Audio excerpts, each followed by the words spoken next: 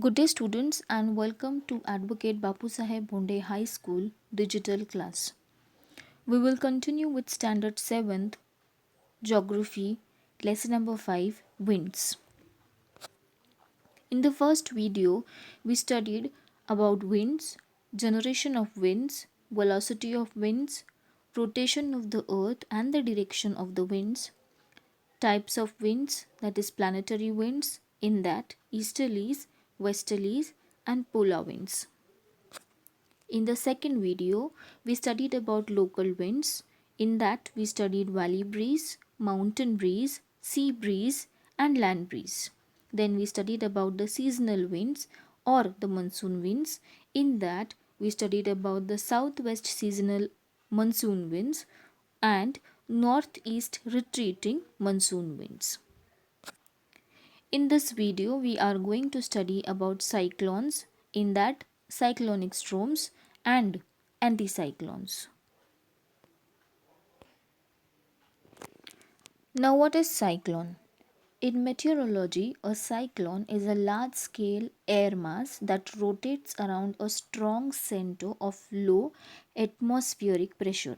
Cyclones are characterized by inwards spiraling winds, as shown in the figure down, that rotates about a zone of low pressure. The largest low pressure system are polar vortices and extratropical cyclones of the largest scale. An anticyclone is a weather phenomena defined as a large scale circulation of winds around the central region of high atmospheric pressures, clockwise in the northern hemisphere and counterclockwise, that is anti-clockwise, in the southern hemisphere. Effects of surface based anticyclones include clearing skies as well as cooler, drier air. And what is saddle? A saddle point in a meteorology, the point of intersection of a through and a ridge in the pressure pattern of the weather map. It takes the form of a saddle where the air pressure is slightly higher than that of the low pressure regions, but lower than that of the anticyclone zones. Now we will study cyclones in some more details. Now, cyclone conditions are created when low pressure area is surrounded by high areas.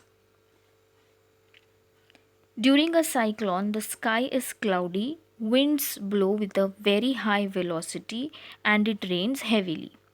The area affected by cyclones is limited. The duration, velocities, direction, and place of origin of these winds is unpredictable.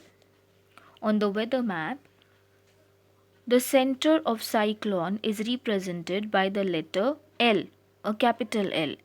A cyclone system moves from one place to another. Cyclones occurring in western part of the Pacific Ocean along the coast of Japan, China, Philippines, etc. are known as the typhoons.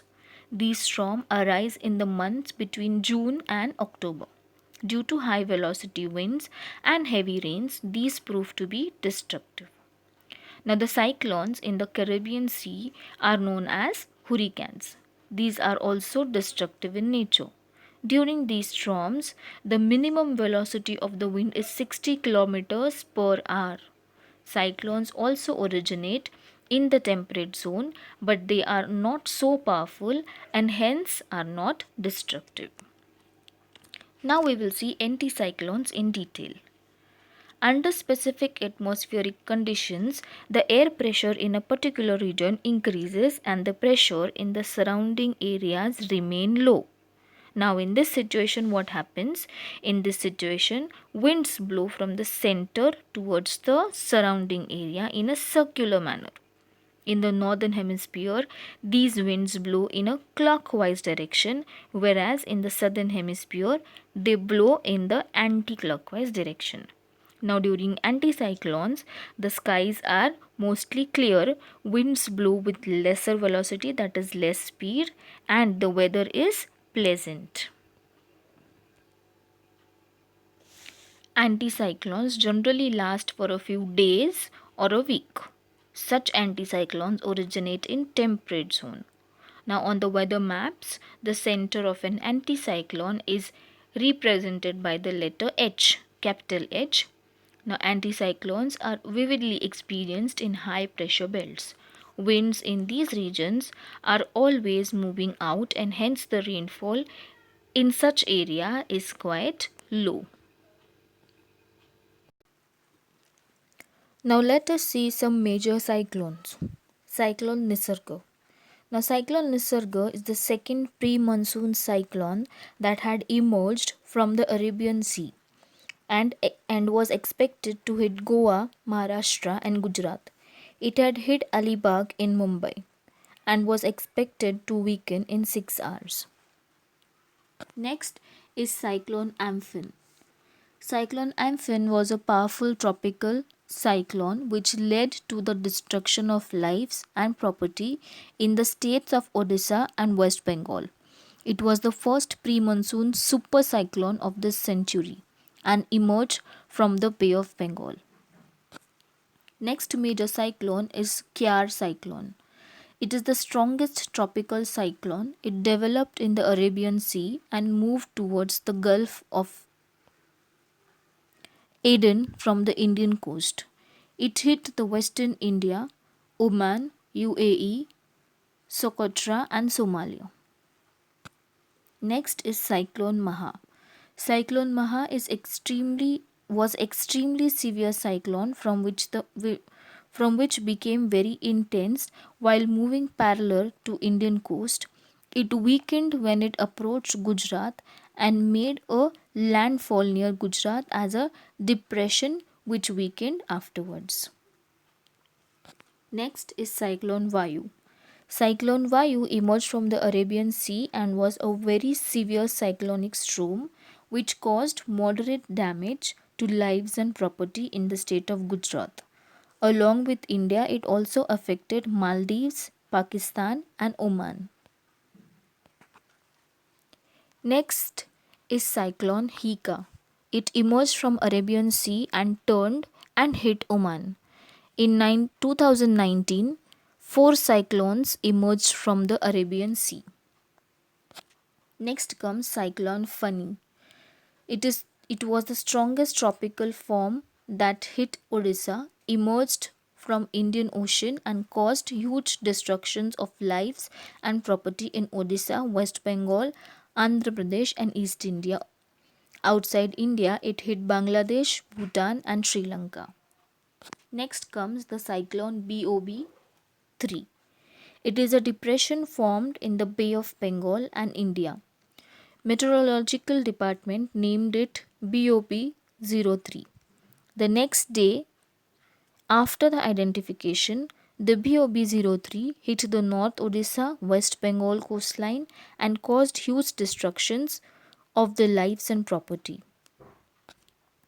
Last was the cyclone Bulbul. It was very severe cyclonic storm that hit West Bengal in India.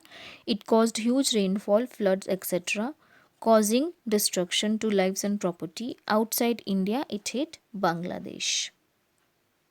So these were some of the major cyclones. Now, what is the impact of cyclone on human life? The impact from cyclones extends over a wide area with strong winds and heavy rains.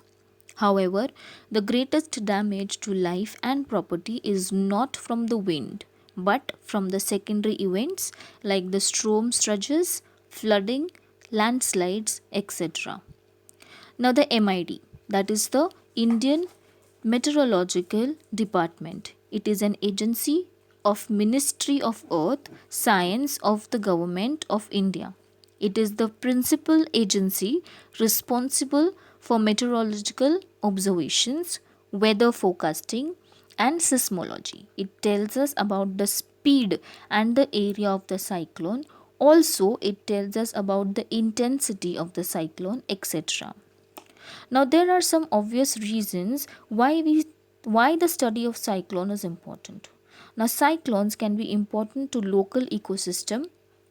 Example, reefs and the distribution of plants and have adapted to them. Now, it can have economic and emotional effects on people and property. Thousands of people have died or been displaced by them. Having a better understanding of cyclones can help you better prepare and perhaps minimize or prevent cyclonic damage. So, I hope you all have understood this part of the lesson too. You all will watch all the three videos of this lesson again and read the lesson thoroughly. So that's all for today. We will meet back again with a new topic. Till then, thank you and have a wonderful day.